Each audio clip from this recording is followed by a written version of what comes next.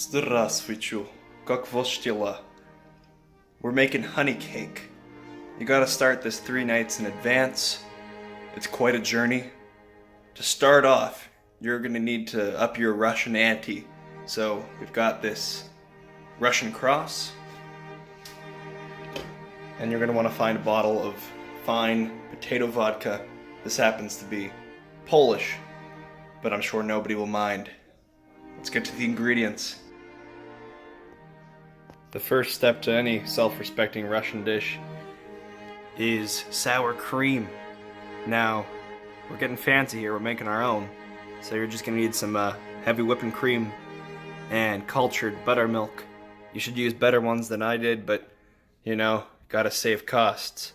Now, I'm trying to expedite this process a little bit, trying to make it go faster.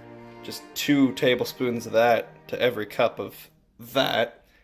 And you're gonna get nice cultured, beautiful sour cream in these beautiful little mason jars from the dollar store. Last time I used the dollar store mason jar, the top split and it got glass in the sour cream. But you know, nobody cares about that. That's alright, you can fish that out. Now I want to accelerate this, so I'm raising the temperature just a bit. Got it over the dishwasher and crowding around my tea kettle, which has the joint benefit that you have a warm environment for your creme fraiche sour cream to marinate. Also, we're gonna have some nice tea. I'm using this beautiful, beautiful black tea from Nepal called Ruby Red, because everywhere else calls black tea red tea. And of course I'm not going to drink this, you have to rinse it first. So this is the rinse. We're going to do this, don't press it down all the way. Of course we're professionals here. And this has nothing to do with honey cake, so let's move on. This is some days later, an amount of time, and the cream that I added an amount of buttermilk to has, you know, become its thing. I left it for the first day on the countertop, but now it's just hanging out in the fridge with some nice little hats. But butter is important. Get your butter from Costco. It's really effective. And I'm making a honey cake, so I don't want to see any sugar in this. Just using some Costco honey as well. Heating that up. Honey caramelizes much faster than sugar, so we're keeping a close eye, making sure it doesn't go too much over 180. Try to keep it there, make it real nice and lovely. Updates to follow. Alright, I've taken the liberty of... It's still going, it's been like 3 minutes. I just got really into that Doctor Who episode. It looks fine. So I took the liberty to peel the wax paper off the butter. That's very important. And I'm using a little bit more than most people because I love butter. So we're gonna toss this in. And it's hot, it's hot. It's gonna foam up and sizzle. Hopefully maybe even like get a little brown butter type of vibe going on, even though we're not really doing that for that, but you know, get some nice flavors, because this cake is not about the sweetness or about the festivity, it's about the glory of some beautiful, rare flavors coming together. So we're going to reduce this just a bit, make it like a nice caramel sauce like you have at Starbucks on top of your caramel macchiatos. I worked there for 2 years. God bless me. Alright, so it's looking great and smelling great. Almost like one of those old people cough drops. I forget what they're called. But you're going to need some leavening agent. So here intrudes a teaspoon of baking soda. You want the soda, not the powder. And do this right before the next step. Alright, Russia is a very social country. So get your father to stream in some 3 beaten eggs. Extremely slowly, because this is still ridiculously hot. You don't want to make scrambled eggs. So basically, we're making a custard base for our cake cookie things with the honey sauce and the eggs. And it's coming out beautifully. It's intermission. It's time to accentuate something that I think is important about cooking in general. So listen to me, please. People are so neurotic about streaming eggs into hot things, and they think they're gonna make scrambled eggs and ruin it and everything. But you know what? I found that eggs are actually pretty solid at handling that sort of stuff. So you see very few clumps. For something like this, that's perfectly fine. You don't want to stress yourself out too much. It's looking beautiful. It's really dark, really luscious caramel custard sauce that will form the base of our strange honey cake cookies. So, at this time, we're going to add some vanilla extract. You could use vanilla paste, I guess, if you have it, if you're like a hipster like that. And you're going to add an amount of that.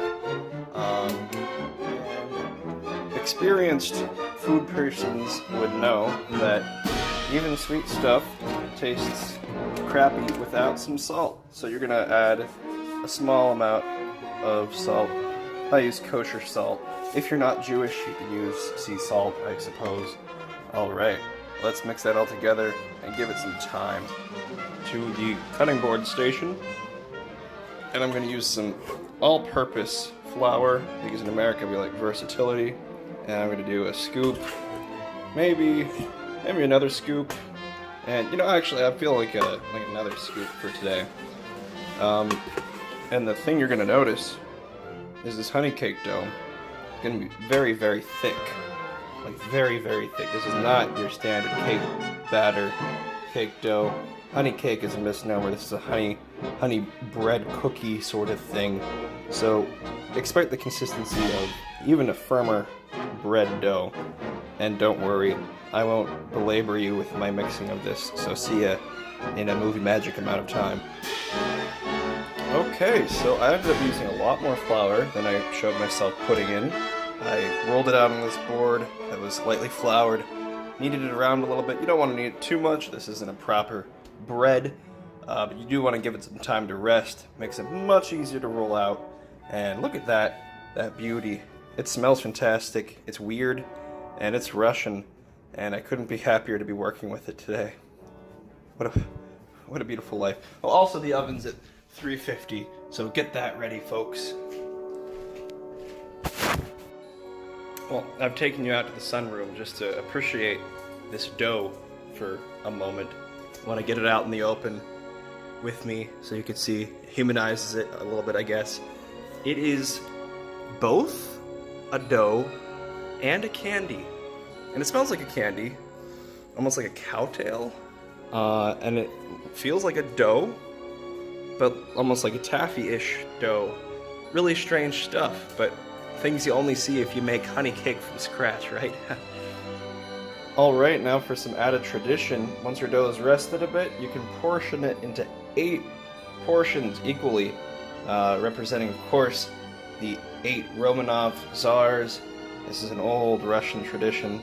So, yeah, take your little cute things and make them into 8. You can weigh them and be exact, like a lot of those cooking show type people do. But you shouldn't do that, because cooking is not a science, and unless you're a drug dealer, you don't have one of those little scales. So do like I did, and just freestyle it. I'm utterly enchanted by these little dough balls. Wow. Special. Cook. Adorable little candy dough ball things. Put it on a piece of parchment. Get another piece of parchment, put that on top, and you're going to somehow make this into like a 10-inch square, 9-inch square, whatever size your squares want to be, just let them be those squares. So I'm going to get off to a good start here using the traditional Russian flour tin technique. Just make it into some sort of circle. I'm going to use a rolling pin too, but I don't want to show you that. So just imagine I did. So there be like what your honey cake should look like. Very, very thin. You can see the sun through it. It crumbled up a little bit, but first go, and you won't see it when it's in the final cake. So then you're going to go ahead and get a pastry cutter or something. I'm just using a Tupperware and tracing it with a knife. And you want to save the edge parts, because we're going to do something traditional with that from Mother Russia. So do that with all of your adorable little dough balls. I feel like sometimes fellow celebrity chefs don't emphasize kitchen safety enough, and it is very possible to get hurt, as I just have. So I just put these, to get back to the show, I just put 2 of those honey cake discs in for 8 minutes.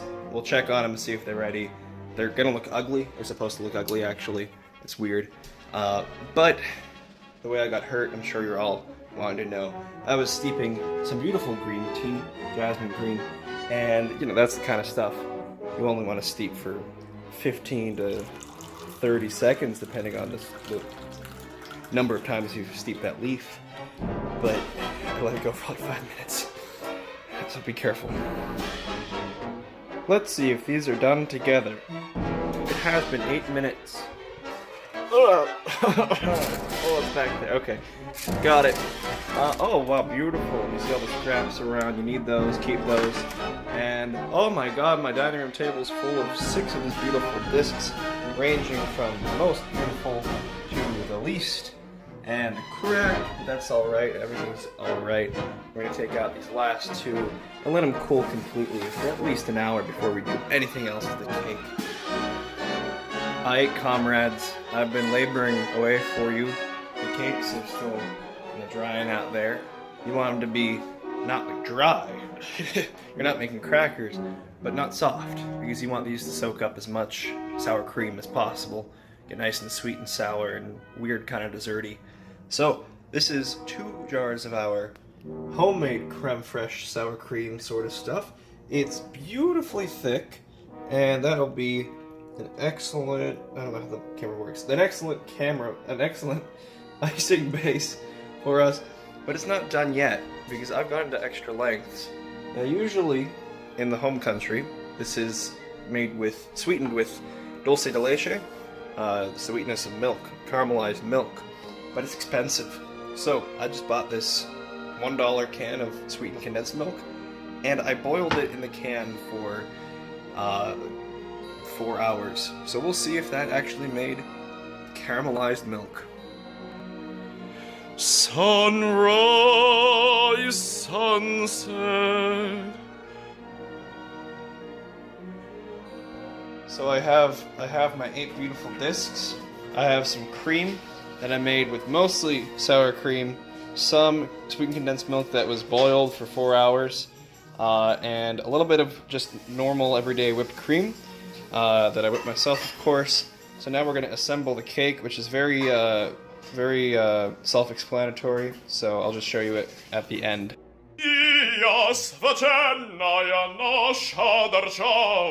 Россия, любимая, славься страна, богатая воля, великая слава, на све времена, на све времена. Славься, Отечество, наша свободная. Славься. How do you film this with one hand? The